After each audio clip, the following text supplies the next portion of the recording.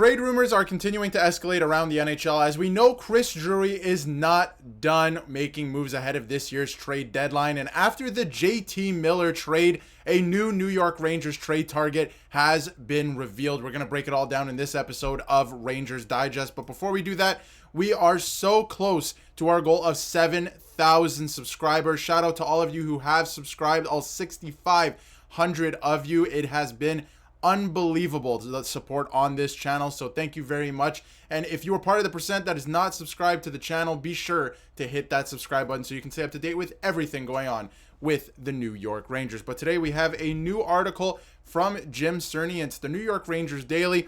Super Saturday at the Four Nations face-off. Obviously, big game happening tonight. Canada versus USA. It should be a great one. It should be a physical game. It's going to be very exciting. And trade interest in the Kraken's Jared McCann. And I thought this was very interesting that Elliot Friedman, has reported that several teams have reached out to the Seattle Kraken to check on the availability of forward Jared McCann. Now, Jared McCann is a very interesting case, right, in this league right now because he does have quite a bit of term left on his contract. Like, he's a very attractive player. He can play center. He can play the wing. He's actually better on the wing. He has a below 50% face-off percentage at this point in time, and he doesn't really play too much at center. And this is from Jacob Stoller as well, out of Winnipeg, and he's hearing that Jared McCann could be made available before the deadline. McCann is a versatile scoring forward that can kill penalties and play center if needed. Now, this is another guy, kind of like JT Miller and kind of like the Rangers like to acquire, who can play all situations. And I feel like this is another guy that could fall into that category that the Rangers could be, having some interest in. Now, if they do acquire Jared McCann, we'll get into the specifics in a second. This would it would make it way more difficult to acquire a player in the offseason like a Mika Zibanejad, like a Mitch Marner, if that is the plan for Chris Drury moving forward. But I think this could be a very interesting option. He's only 20 years old, so still in the prime of his career. He only makes $5 million until the end of 2026, 2027. So it could make sense for a lot of teams. Could also make sense to a degree for the New York Rangers if they moved off of a contract like, let's say, Mika Zibanejad in the offseason. But from Elliot Friedman, obviously what's happening right now with Jared McCann, he's not per se available. Like, they're not actively shopping him, the Seattle Kraken are, but he could be available. If you put together a package, they could be willing to trade him because obviously their season has not gone the way that they thought it was going to go. And if you look at Jared McCann and his JFresh chart, the rumors around the availability of Jared McCann, he's a prime age two-way scoring center who's forgotten to press the finishing button this year. And obviously playing in Seattle hasn't been an easy year for the Seattle Kraken this year, so I'll give him some leeway on that. But still a great player, very even offensively, defensively this year. Obviously, if you look at his past JFresh charts, a little bit better in both of those regards, right? It's been a tough year in Seattle, but everything points to this guy being a great second line option and a great young second line option. So if the Rangers can put a little bit of a package together, this is a guy where I wouldn't be too mad if you moved off Brendan Othmann for something like that, because we've heard a lot over the last couple of days of acquiring maybe Trent Frederick, something like that. Like, for this year, Jared McCann could play third line center. He could also play the wing, right? And then you kind of figure out things in the offseason, move some pieces around if you want to sign a Mikko Rantanen. But you could acquire him in place of Trent Frederick instead. And obviously, a lot of people are talking about moving off of Chris Kreider and Brendan Othmann in that trade. This is a guy in Jared McCann that I wouldn't be, again, I wouldn't mind moving off of a Brendan Othmann for a guy like this, because he's a younger option. He only makes $5 million and he has some term, right? It's not a bad option. You have a couple years left with this player, and you get him for this year's playoff run if you were to acquire him at the deadline. Now, it's going to come at a pretty hefty price tag, obviously. Like, I don't think it's going to be just Brendan Othmann. Probably maybe a first round pick as well. Maybe you don't want to give up your first round pick if you're the Rangers. Maybe it's a couple prospects that you wouldn't want to move off of, right? But sometimes you got to make these necessary trades. And if you were to trade for a guy like this and you kind of rejig the defense at the same time, this is definitely still a contending team next year. I do believe that with JT Miller, with a guy like Jared McCann, with how versatile he is, only making $5 million, this could be a very interesting option for the New York Rangers moving forward. And if you look at the projected cap space this year, obviously a couple people on LTIR right now and on IR, so saving some money, but their current cap space is $11.1 million that they can still spend right now, immediately, today, if they wanted to. The projected cap space, obviously, with everyone healthy, is $3.6 million, but they've accumulated deadline cap space of $16.4 million that they can use at this year's trade deadline. So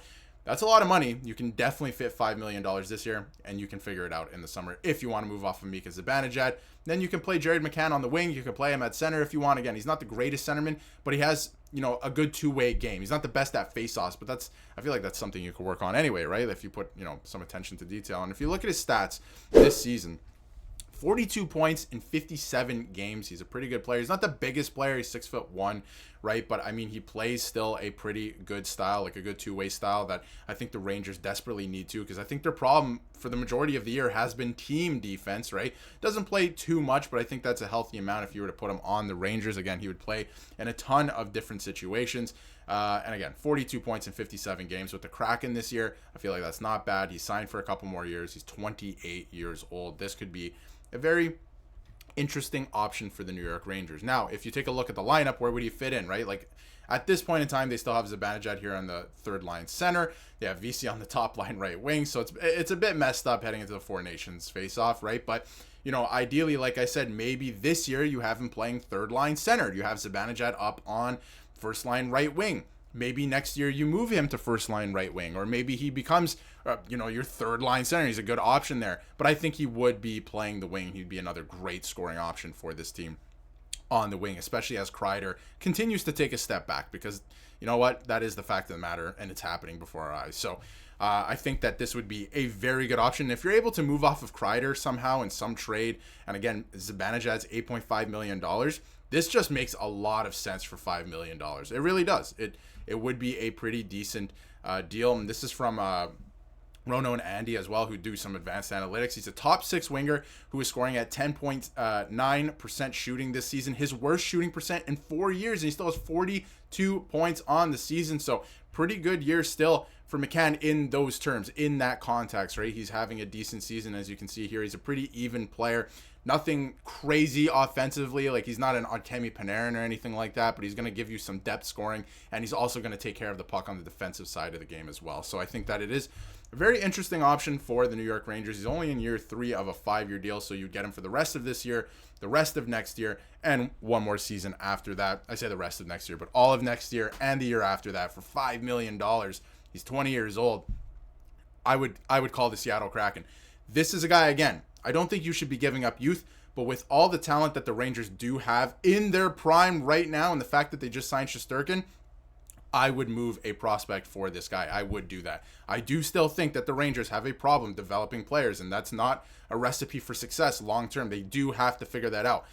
Although we've been saying that for like 30 years at this point, right? So I do think that, for the fact of the matter, what it is, maybe you could go out and acquire a player like this, and he can actually make a difference in your lineup for a very reasonable, valuable cap hit, honestly. So I think it's an interesting option. Let me know in the comments what you think about potentially acquiring Jared McCann, and the New York Rangers lineup would look very different. He is a very good option, two-way option who can play in your top 6. The Rangers can make it happen this year at the deadline, and they can figure it out in the future. And they could still add a guy like Mikko Rantanen if they really wanted to, by getting creative in the offseason, like they did with Barclay Goodrow, like they did with Jacob Trouba. I mean, I say getting creative. A lot of people think it was, unethical to a degree, right? But obviously, we know now that Chris Drury, if he wants you traded, he will find a way to get you traded. So I think it's an interesting option. Let me know what you think in the comments. And if you haven't yet, hit that subscribe button so you can stay up to date with everything New York Rangers.